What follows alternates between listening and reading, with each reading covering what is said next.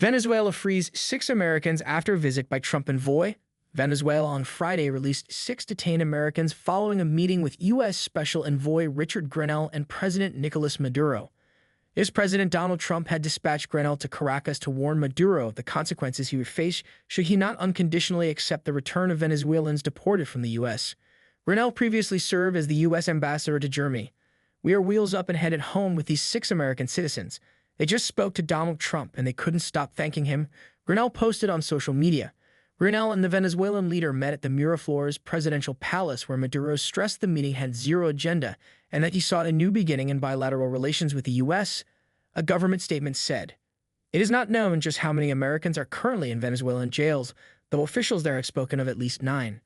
These are generally labeled terrorists or mercenaries by Caracas. The Venezuelan government regularly accuses the opposition of working with the CIA to plan attacks and coups, something the U.S. has denied. "All I would do on this call is urge the Maduro government, the Maduro regime in Venezuela, to heed to Special Envoy Rick Grenell and to his demands and what he puts on the table, because ultimately there will be consequences otherwise," said the U.S. Special Envoy for Latin America, Mauricio Claver Carone.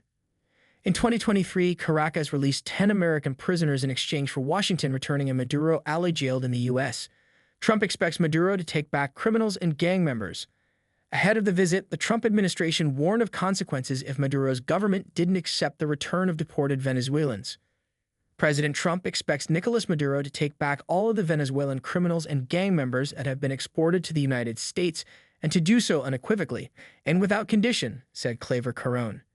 Trump has made the deportation of immigrants a priority for his second term in office, involving police, immigration agencies, Border Patrol officials, as well as the U.S. military in the deportation drive. The president has claimed that Latin American immigrants are poisoning the blood of America and accused Maduro of emptying Venezuela's jails to flood the U.S. with criminals. The U.S. has disputed the last year's vote that allowed Maduro to hold on to power. When asked if Grenell's visit means Washington sees Maduro as Venezuela's legitimate leader, White House press Secretary Caroline Leavitt responded with, "Absolutely not. Hundreds of thousands of Venezuelans in U.S. at risk of deportation. Over the past decade, millions of Venezuelans have fled their homeland, including roughly 600,000 who are living in the U.S. and were given deportation reprieves under former President Joe Biden." Trump and Homeland Security Secretary Kristi Noem have said they will do away with Biden's Temporary Protected Status, TPS, for Venezuelans, exposing them to deportation and possible political persecution at home. The Venezuelan opposition has said that although it respects Trump's desire to be rid of criminals, such as members of the notorious Tren de Aragua group, it regrets the potential cancellation of the TPS program, which they say protects hardworking, law-abiding immigrants. Opposition leader Edmundo Gonzalez, who attended Trump's January 20 inauguration and whom the U.S. and other governments see as the rightful president of Venezuela after a disputed vote in which Maduro claimed re-election, also said the cancellation of TPS would punish honest Venezuelans. And then there's the oil. A last bone of contention is oil, which Venezuela exports to the U.S. in great quantities.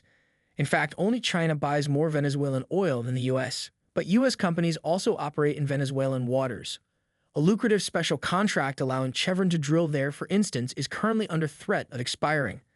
Chevron CEO Mike Wirth on Friday told the Financial Times newspaper the company would speak with the White House about the permit's renewal. Trump has threatened to stop buying Venezuelan oil if Caracas shows itself to be impliable. "This is not a quid pro quo, is not a negotiation in exchange for anything. President Trump himself has made very clear we don't need Venezuelan oil," Mauricio Claver Carone told reporters on Friday.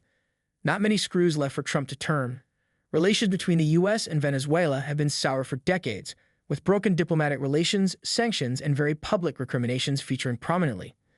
Though Trump engaged in what he called a campaign of maximum pressure during his first term in office and more recently branded Maduro a dictator, his successor and then predecessor, Joe Biden turned up the heat even more.